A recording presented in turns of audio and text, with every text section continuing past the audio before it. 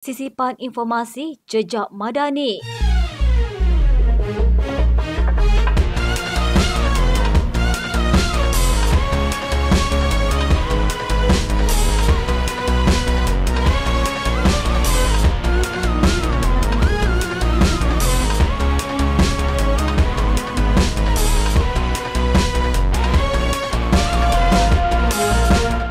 Perdana Menteri Datuk Seri Anwar Ibrahim baru-baru ini mengumumkan agar melaksanakan pembaikan segera terhadap 3,300 unit kuartus anggota dan pegawai menerusi peruntukan tambahan kepada Polis Pulau Pinang.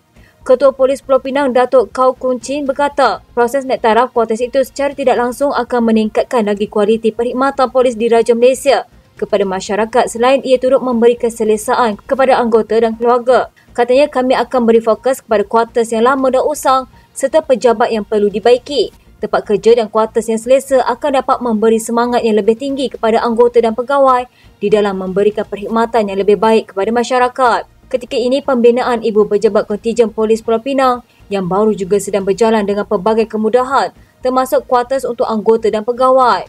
Kau berkata peruntukan tambahan itu juga jelas menunjukkan keprihatinan Perdana Menteri terhadap kebajikan anggota PDRM. Katanya, saya bagi pihak kontijen PDRM Pulau Pinang mengucapkan terima kasih atas keprihatinan Perdana Menteri kita yang menitik beratkan kebajikan dan masalah kuartus yang terlalu lama dan perlu diperbaiki segera. Kontijen PDRM Pulau Pinang juga akan menerima peruntukan itu untuk pembaikan segera dan kami masih menunggu pengagihan dari Kementerian Dalam Negeri kepada Bukit Aman termasuk untuk negeri ini. Sebelum ini, Perdana Menteri mengumumkan peruntukan tambahan RM150 juta untuk selenggara kemudahan agensi Kementerian Dalam Negeri, antaranya PDRM. Kerajaan turut mengumumkan peruntukan tambahan RM200 juta bagi membaik pulih dan menyelenggara rumah anggota Angkatan Tentera Malaysia di seluruh negara.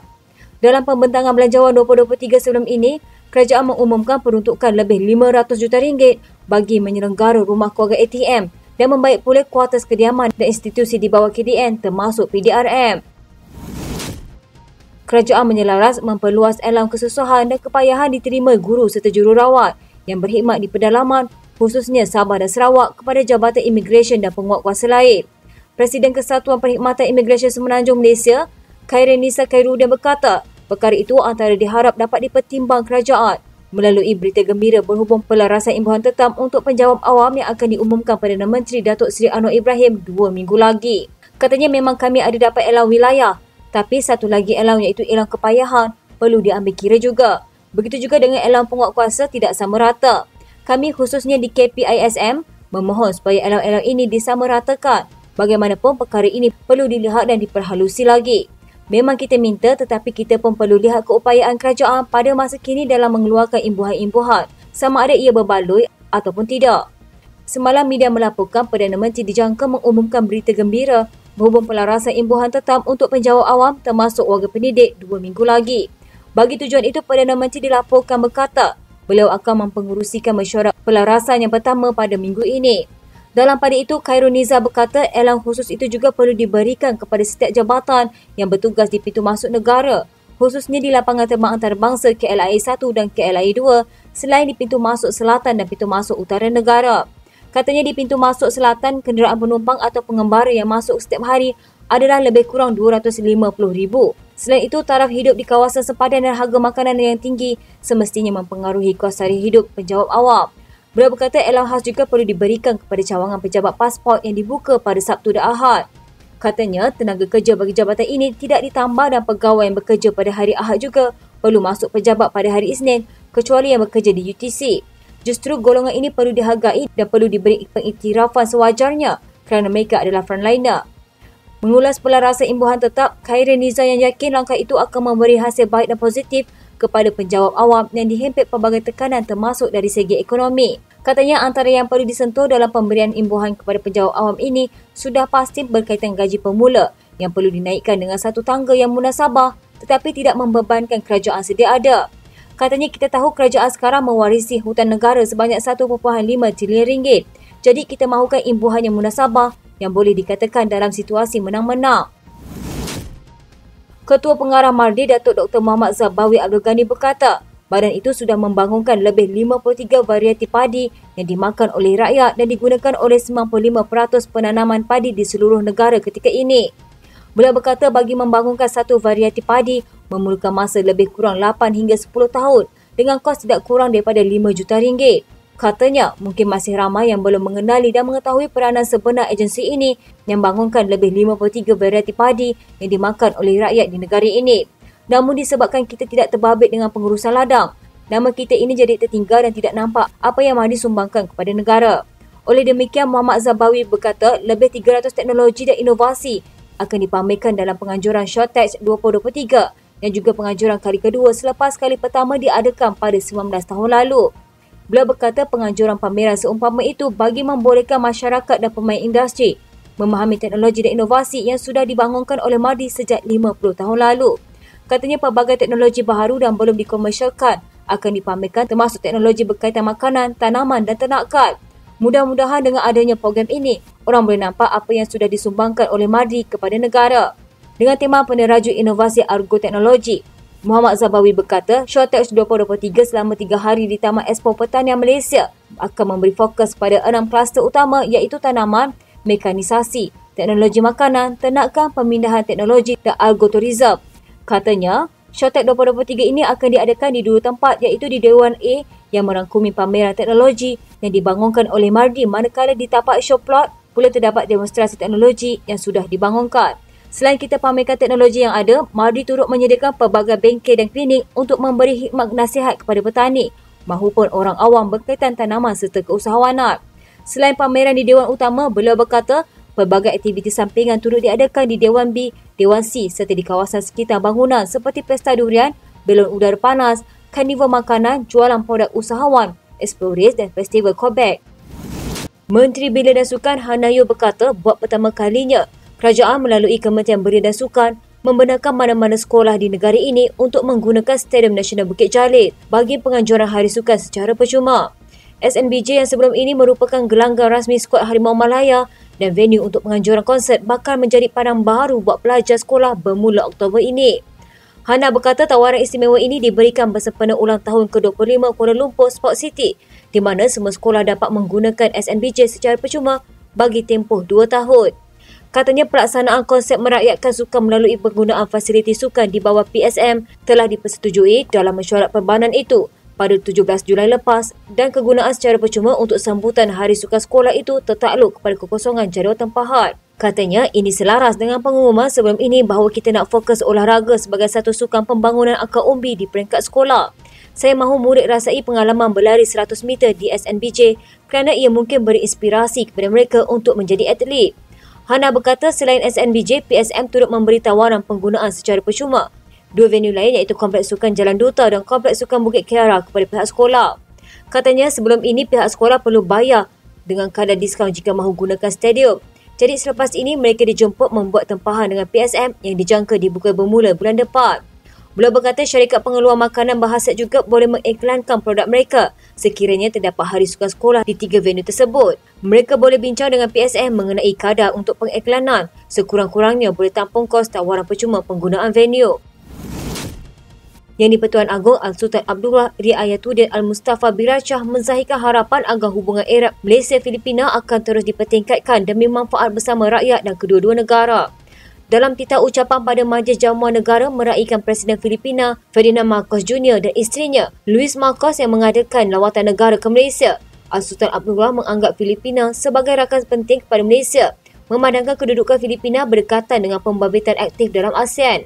Katanya, dengan aspirasi bersama untuk kemajuan, keamanan dan kemakmuran, kedua-dua negara kita berkongsi banyak persamaan dan hubungan antara rakyat yang erat.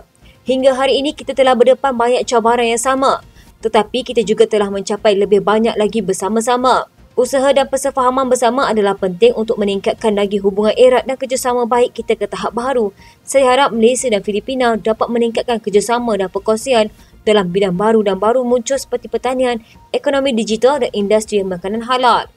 Al-Sultan Abdullah bertitah pertukaran lawatan peringkat tinggi dalam kalangan pemimpin kedua-dua negara dan antara pegawai kedua-dua negara akan terus menyumbang kepada momentum positif dalam memajukan kepentingan bersama dan menangani cabaran bersama. Seri Paduka bertitah kedua-dua negara mesti terus bekerjasama rapat dalam usaha meningkatkan kestabilan, keselamatan rantau ini serta menjadikan ASEAN sebuah pertubuhan serantau yang dinamik.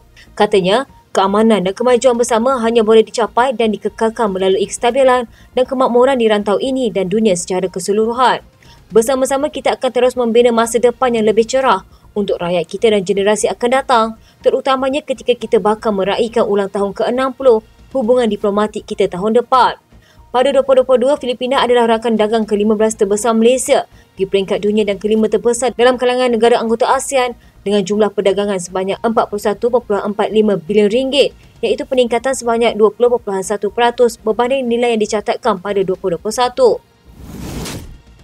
Bekas Perdana Menteri Datuk Seri Ismail Sabri Yaakob berkata jumlah pembeli secara dalam talian di Asia Tenggara dijangka terus meningkat kepada 380 juta orang menjelang 2026 disebabkan arus teknologi dunia yang semakin berkembang setiap hari. Beliau berkata angka itu berdasarkan laporan Barometer E-Dagang Asia Tenggara disebabkan oleh perubahan perniagaan secara konvensional kepada perniagaan secara dalam talian. Katanya, misalnya, sewaktu melakukan lawatan ke Shenzhen pada Jun lalu, saya dimaklumkan industri e-hailing di sana sudah menggunakan drone untuk menghantar makanan kepada pembeli. Ini merupakan contoh kemajuan teknologi dalam perniagaan yang akan merevolusikan sistem jual beli pada masa akan datang. Justru Ismail Sabri memaklumkan anugerah itu adalah platform yang baik bagi memastikan lebih banyak syarikat tempatan untuk terus berkembang maju dan bersaing sehingga ke peringkat antarabangsa.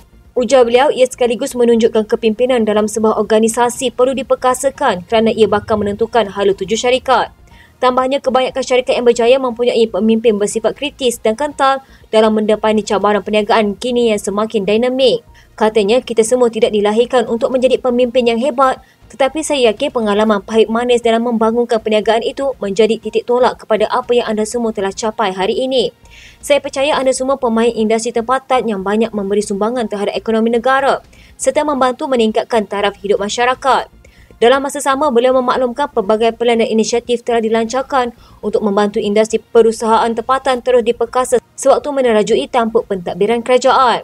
Katanya, tujuannya adalah untuk meningkatkan tahap kehidupan pelbagai lapisan masyarakat, terutamanya mereka yang terpinggir dan tercicir daripada arus pembangunan dan program bantuan kerajaan. Ia juga menyediakan penyelesaian sistematik dan inovatif kepada cabaran sosial dan alam sekitar yang mendesak, masa untuk kembali menyumbang kepada masyarakat. Mengulas lanjut, beliau berkata negara sedang berada di fasa pemulihan sekaligus memberi kesan kepada dunia perniagaan global dan tempatan. Katanya, namun diharapkan dengan pengiktirafan menerusi anugerah ini mampu mendorong usahawan untuk terus berdaya saing dan produktif. Saya doakan anda terus berjaya dalam perniagaan yang diusahakan serta terus berbakti kepada ekonomi negara. Presiden Filipina, Ferdinand Marcos, mengadakan lawatan rasmi pertamanya ke Malaysia selama 3 hari. Wisma Putra menerusi kenyataan memaklumkan Marcos akan diiringi pasangannya, Luis Marcos, serta delegasi terdiri Setiausaha Kabinet, ahli politik dan pegawai kanan kerajaan. Marcos akan diberikan sambutan negara oleh Yang di-Pertuan Agong Al-Sultan Abdul Wahid Ayatuddin Al-Mustafa Bilal Shah di Istana Negara. Katanya Presiden Filipina itu dijadual mengadakan kunjungan menghadap ke atas Yang di-Pertuan Agong disusuli satu majlis santapan negara bagi meraihkan beliau serta delegasinya. Dalam lawatan ini juga Marcos dijadual bertemu Perdana Menteri Datuk Seri Anwar Ibrahim yang mana kedua-duanya pemimpin dijangka bertukar pandangan mengenai isu dua hala serantau dan antarabangsa. Menurut kenyataan itu lagi, lawatan terbabit menggambarkan jalinan persahabatan dan hubungan erat antara Malaysia dan Filipina selaku jiran rapat serta negara anggota ASEAN. Ia termasuk pertukaran lawatan di tahap tertinggi seperti mana lawatan rasmi Perdana Menteri ke Manila pada Mac lalu. Katanya, pada 2022, Republik Filipina rakan dagangan dunia ke-15 terbesar Malaysia dan ke-5 terbesar dalam kalangan negara anggota ASEAN dengan jumlah dagangan bernilai 41.45 bilion ringgit, peningkatan sebanyak 20.1% berbanding jumlah dagangan pada 2021.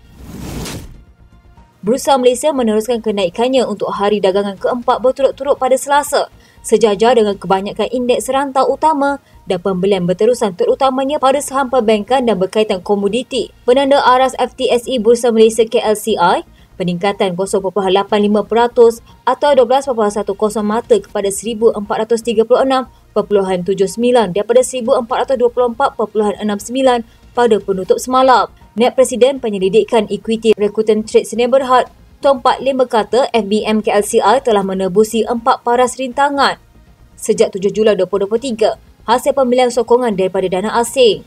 Katanya, kami percaya suasana pasaran tempatan akan kekal stabil berikutan sentimen pelabur yang bertambah baik dan indeks untuk kekal positif pada masa hadapan Walaupun kami tidak menolak kemungkinan aktiviti pengambilan untung tidak lama lagi. Dalam pada itu terdapat kenaikan harga minyak mentah berikutan petunjuk mengurangkan bekalan dan jaminan daripada pihak berkuasa China untuk meningkatkan ekonomi mereka.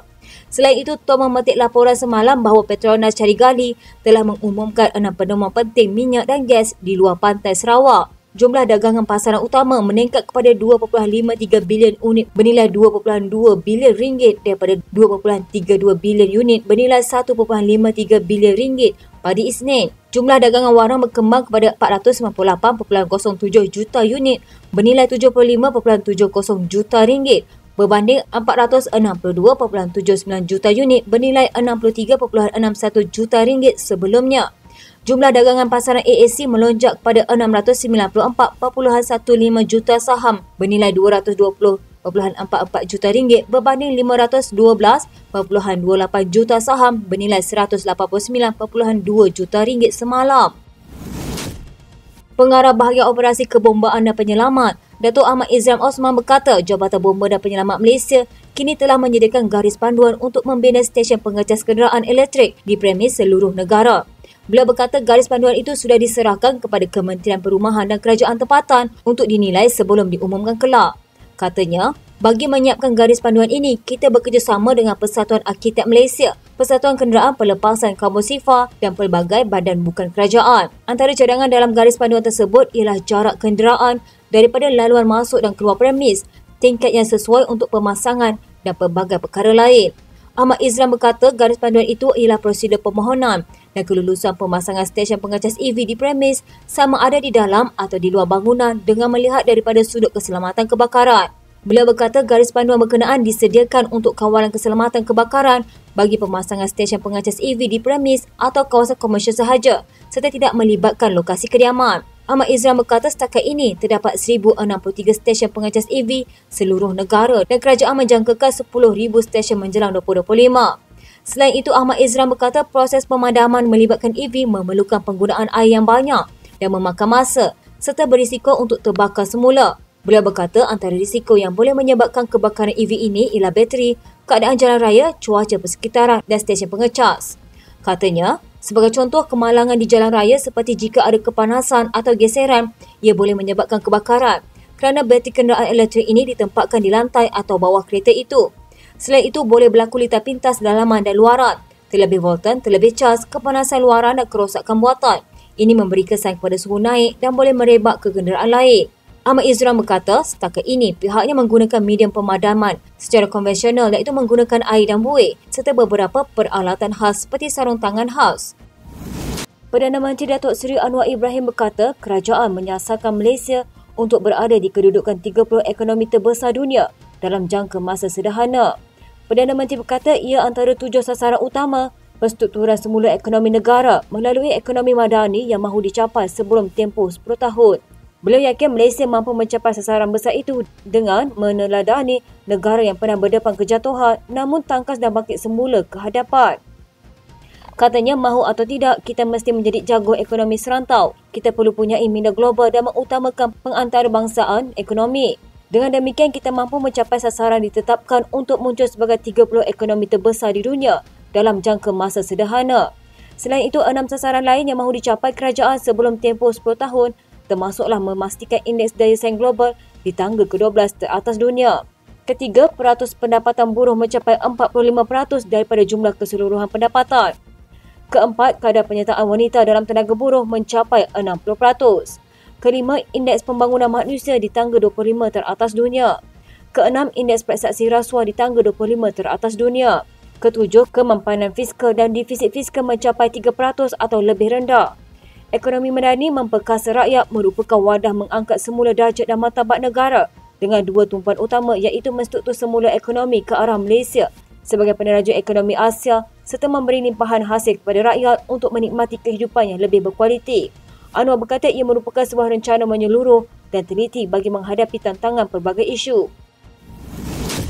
Perdana Menteri Datuk Seri Anwar Ibrahim berkata kerajaan madani bersetuju menambah peruntukan berjumlah 800 juta ringgit untuk menyelesaikan jangka pendek isu bekalan air di Kelantan dan Sabah.